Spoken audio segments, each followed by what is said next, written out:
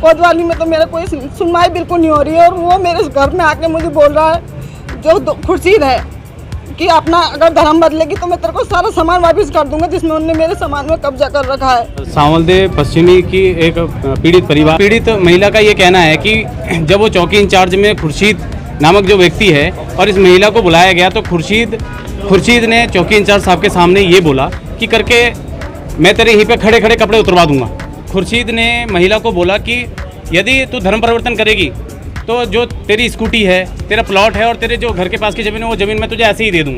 सुने आपने महिला के बयान और साथ में विश्व हिंदू परिषद के अध्यक्ष के बयान। ये हो रहा है रामनगर उत्तराखंड में। हाय मैं रवि के बिंदास बोल में आपका स्वागत है। उत्तराखंड में एक पहाड़ी मूल की महिला को खुर्शीद नाम का व्यक्ति ढेला चौकी इंचार्ज के सामने कहता है कि मैं तेरे कपड़े उतार दूंगा और ढेला चौकी इंचार्ज शांत रहते हैं, कोई प्रतिक्रिया नहीं देते हैं कि तुम धर्म परिवर्तन करो तभी मैं तुम्हारा प्लॉट और तुम्हारी स्कूटी वापस करूंगा। ये उत्तराखंड में हो क्या रहा है? दरअसल 1 महीना पहले से पुलिस में लगातार चक्कर काट रही है अनिता नाम की ये महिला। रो रही है, बिलख रही है, चीख रही है, बेहोश हो रही है कि प्लीज मेरी सुनवाई सुन लो, मुझे मदद दो खुर्शीद नाम के व्यक्ति से। और वो खुर्शीद ढेला चौकी इंचार्ज के सामने इस महिला के सामने आपत्तिजनक शब्दों का इस्तेमाल करता है और ढेला चौकी इंचार्ज चुपचाप रहते हैं। ये मैं नहीं कह रहा हूं, ये महिला के आरोप है ढेला चौकी इंचार्ज पर। अभी कुछ दिनों पहले इसी उत्तराखंड में रामनगर के किसान इंटर कॉलेज में एक शाहरुख नाम का व्यक्ति आता है और एक गढ़वाली मूल की शिक्षिका को थप्पड़ मारता है अपने भाई के साथ। ये हो क्या रहा है? एक खुर्शीद अनिता नाम की पहाड़ी मूल की महिला को उसी की जमीन से बेदखल करना चाहता है और इस शर्त में देना चाहता है कि धर्म परिवर्तन कर लो। ये हो क्या रहा उत्तराखंड में? सांवलदेव पश्चिम रामनगर की ये घटना है और बड़ी हैरानी होती है। क्या हिंदूवादी संगठनों को ही आना पड़ेगा तब उनकी आवाजें सुनी जाएंगी पीड़िताओं की? मुझे बड़ी हैरानी हो रही है। ये पश्चिम बंगाल तो नहीं है, ये राजस्थान तो नहीं है जहां कथित तौर से हिंदूवादी सरकारें नहीं है। केंद्र में भी कथित तौर से हिंदूवादी सरकार है, उत्तराखंड में भी कथित तौर से हिंदूवादी सरकार है। उसके बावजूद एक पहाड़ी मूल की महिलाओं को खुर्शीद नाम के आदमी के सामने झुकना पड़ रहा है, परेशान होना पड़ रहा है, रोना पड़ रहा है, गिड़गिड़ाना पड़ रहा है न्याय के लिए पुलिस के पास आके।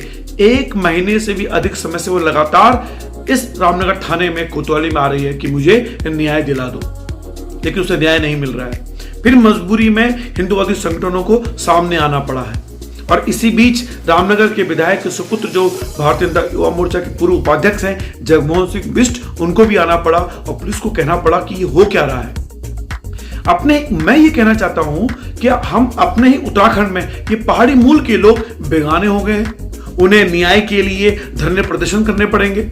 2 दिन का अल्टीमेटम दिया गया है पुलिस प्रशासन को कि अगर खुर्शीद नाम के व्यक्ति पर सख्त कार्रवाई नहीं हुई तो हम धरने करेंगे। अब पहाड़ी मूल के लोगों को न्याय के लिए, खुर्शीद नाम के लोगों को सजा दिलाने के लिए धरने प्रदर्शन करने पड़ेंगे।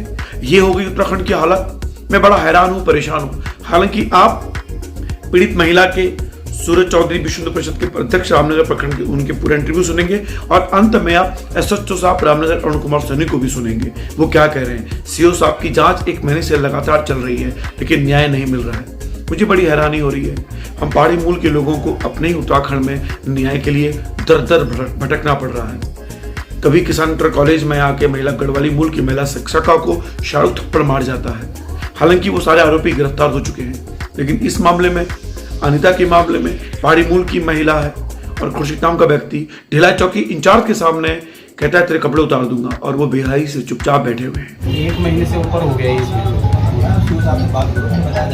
दूसरी बात क्या है कि जांच नहीं कर रहा है जी, जांच सीओ साहब कर रहे हैं। सीओ साहब की जांच रिपोर्ट आई, कल मैंने बात करी थी, इसको बताया था मैंने। सीओ साहब इसमें जांच कर रहे हैं। रजिस्ट्रेशन इसका अब क्या जांच होनी है इसमें? मैं कोतवाली पिछले 1 महीने से आ रही हूँ पर मेरी कोई सुनवाई नहीं हो रही है। जो हमारे गांव के एसआई हैं विजयपाल, वो मैं वहाँ गई तो उन्होंने मेरे संग बदतमीजी करी और उसको सपोर्ट करने जो दोषी है और मुझे वहाँ शब्द बोलने की तेरे कपड़े उतरवा दूंगा और वो कुछ भी नहीं कह रहे हैं। और मैं यहाँ आ रही हूँ रामनगर कोतवाली में तो मेरा कोई सुनवाई बिल्कुल नहीं हो रही है और वो मेरे घर में आके मुझे बोल रहा है जो खुर्शीद है कि अपना अगर धर्म बदलेगी तो मैं तेरे को सारा सामान वापस कर दूंगा जिसमें उन्होंने मेरे सामान में कब्जा कर रखा है। मैं सीओ ऑफिस भी गई थी, वहाँ बैठे थे दीपक सर जो एप्लीकेशन लिख रहे थे लेकिन वो शब्द पूछ रहे थे जो पूछने के भी नहीं। तुम्हारे बच्चे कितने हैं? अब बच्चे होते नहीं होते, ऐसी बातें मुझसे पूछ रहे थे जो पूछने वाली नहीं थी। एक प्लॉट है मेरा, एक गाड़ी है मेरी स्कूटी, और जिस जगह मैं रह रही हूँ उस जगह को भी बोल रहा खाली कर दो, वो जगह मेरी है। धर्म परिवर्तन को बोल रहा मेरे से कि तुम ये सामान सारा दे दूंगा, तुम अपना धर्म बदल के मेरे धर्म में आ जा, हिंदू धर्म छोड़ दे, मुसलमान बन जा मेरे संग, ऐसा मेरे से बोल रहा। और मेरे को धमकी दे रहा कि ना तो तेरे बच्चे और तू सेफ नहीं है। मेरा नाम है अनीता चौहान, मेरे आदमी भी बाहर रहते हैं काम में, मैं छोटे छोटे बच्चों को। दरअसल सांवलदे पश्चिमी की एक पीड़ित परिवार है जिसने 1 महीना पहले रामनगर कोतवाली में तहरीर दी थी, लेकिन वो निरंतर 1 महीने से निरंतर कोतवाली आ रही है। लेकिन पुलिस की महिला की ओर से पुलिस की किसी भी तरीके से महिला को किसी प्रकार का कोई भी सहयोग नहीं है। जो पहले जांच वहाँ ढीला चौकी इंचार्ज साहब को सौंपी गई, पीड़ित महिला का ये कहना है कि जब वो चौकी इंचार्ज में खुर्शीद नामक जो व्यक्ति है और इस महिला को बुलाया गया तो खुर्शीद ने चौकी इंचार्ज साहब के सामने ये बोला कि करके मैं तेरे यहीं पे खड़े खड़े कपड़े उतरवा दूंगा। तो चौकी इंचार्ज साहब की साइड से कोई प्रतिक्रिया नहीं आई। पीड़ित परिवार लंबे समय से परेशान है। उसी को लेकर के विश्व हिंदू परिषद बजरंग दल रामनगर प्रखंड उनके साथ तन मन धन से समर्पित भाव से खड़ा है। यदि 2 दिन के भीतर इस पर कार्रवाई नहीं हुई तो रामनगर प्रखंड धरना प्रदर्शन करने के लिए बाध्य होगा। खुर्शीद ने महिला को बोला कि यदि तू धर्म परिवर्तन करेगी तो जो तेरी स्कूटी है, तेरा प्लॉट है और तेरे जो घर के पास की ज़मीन है वो ज़मीन मैं तुझे ऐसे ही दे दूंगा। एसओ सर से सवाल किया गया कि महिला ने धर्म परिवर्तन का और साथ में स्कूटी और प्लॉट के कब्जे का आरोप लगाया है। ऐसे में सर आपका क्या जवाब है? सुनिए सर को क्या जवाब दिया।